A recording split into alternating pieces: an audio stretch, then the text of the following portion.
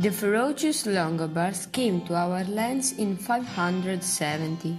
They were initially hostile to Christianity, but received help from Christians during the Byzantine attack in the middle of the 7th century. The Longobards began to tolerate Christians, even converting to Christianity and building places of worship. Even if they were warriors and non-farmers, they had care of the Avellino territory and planted chestnut trees and hazelnut trees. With the division of the Longobard dukedom in the two principalities of Salerno and of Benevento, where the ancient Avellino was located, the Longobards were able to give a better structure to the hamlet on the hill, the so-called land. It was fortified by walls and towers, with the typical concentric conformation of buildings around the Church of St. Mary, the current cathedral, and the bishop's home, which later became the seminary, destroyed by the earthquake in 1980, where the ancient ruins were found. The Confraternity of Immaculate Conception is a very old association. It was founded at the beginning of 1500. It always had a great quantity of assassins. The Confraternity of the Immaculate Conception had its oratory in a room on the ground floor of the cloister of the convent of San Francisco Largo, located at the time in the current Piazza Libertà. In 1617, written rules regulated relationships of mutual respect among the members and the friars. In the middle of 1700, there was a dispute with the friars. The confraternity was removed from the monastery, forced to find a new place where together. Some buildings were found next to Palazzo Amoretti, which overlooks the cathedral, and so in 1779 the new oratory was built on the site. Artworks of historical and artistic value are kept in the oratory. A statue of the Madonna del Carmine with Child of the 17th century.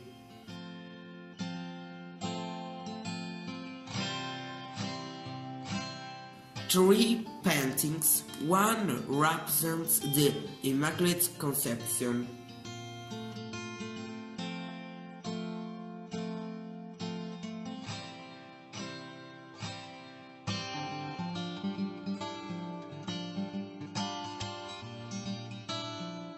One San Gennaro,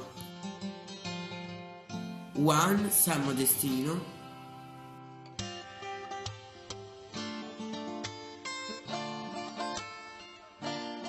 Around the 70s, while restoration works were underway, beneath the floor of the oratory of the Immaculate Conception, a cavity was discovered, which proved to have been used in the past as a burial place. The place is known as the Cripta di San Biagio. This area is a prior to the edification of the church. One part of the crypt, the oldest, dates back to the Longobards age. The crypt features 3 levels and 3 areas of different ages. In the first one, belonging to the period of the construction of the church, we find the so-called burial drain. Stone bins were remains of corpses of members of the confraternity were found. Each seat was equipped with a small pit for collecting organic sewage, which was conveyed downwards to another pit probably located behind the central altar, made with a small Romanesque capital. The symbology of the decomposition of the corpses was very meaningful. Flesh, which represented sins and corruption, when rotting down, came off the bones, which had always been the symbol of purity. This sort of purgatory on earth prepared